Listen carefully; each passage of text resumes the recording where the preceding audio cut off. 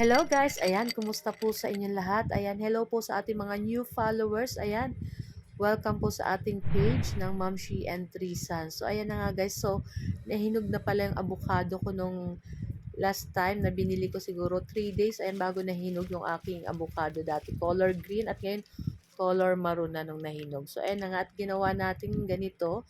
Syempre sobrang init po ng panahon ngayon kaya ito yung naisipan kong gawin. Ayan, pwede natin itong inumin parang palamig.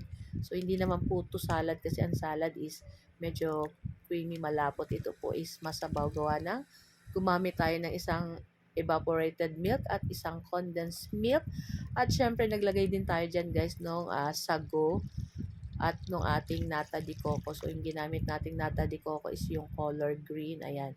Pwede po kayong gumamit na kahit na anong color or plain lang na nata de coco. So, nasa sa inyo po. Pwede rin ninyong lagyan guys ng kaong. Ayan. Ayan. Pwede nyo na rin tong panghanda guys. O, diba?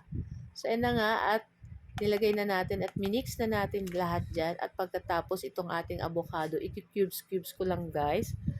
Ayan, ganito lang. And ito-transfer na natin din dyan sa ating ginawang yung ating evaporated milk, condensed milk, saka yung ating sago at nata de coco. So, ilalagay lang natin dyan yung ating pig cubes na avocado. Ayan. Naku, try nyo po ito guys at napakasarap nito guys. Siyempre maglalagay tayo dyan ng cracked ice para makakain na natin kaagad at malamig na kaagad. So, kaya ginamitan namin ng isang condensed milk para matamis na siya guys kahit naglagay tayo ng isang buong yelo. Ayan, yung nabili namin is 5 pesos na yelo kasi wala kami. Hindi naman ako gumagawa ng yelo guys kasi mga anak ko hindi naman mahilig sa malalamig. So, ngayon lang guys gawa ng itong ating ginagawa. Ayan, kaya kailangan ko. So, yun na nga at ready na yung ating avocado na ilagay na natin lahat dyan at halu-haluin natin yan syempre para mag-mix lahat yung lasa ng ating mga ingredients na nandyan. So, after nyan, ilagay na natin itong ating cracked ice. Ayan.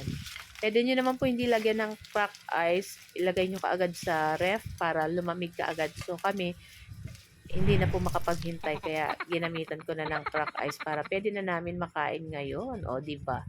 So, ayan na nga guys. So, haluin uli natin. Ayan, kasi syempre naglagay tayo ng yellow or ng ice.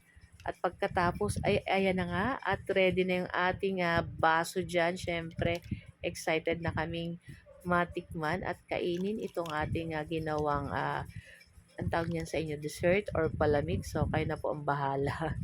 So, ayan na nga. At ito lang po ang aming video today. Ayan, sana po ay nag-enjoy kayo. Huwag niyo po sanang kalimutan mag-like, mag-comment, at syempre pa-share na rin po ng ating mga video. At yun na nga, at kakain na po kami nitong ating ginawa. So, ayan na, nakikita nyo ba guys? Super yummy nito, tamang-tama lang yung tamis at bagay na bagay yung sago at nata de coco. So guys, thank you for watching!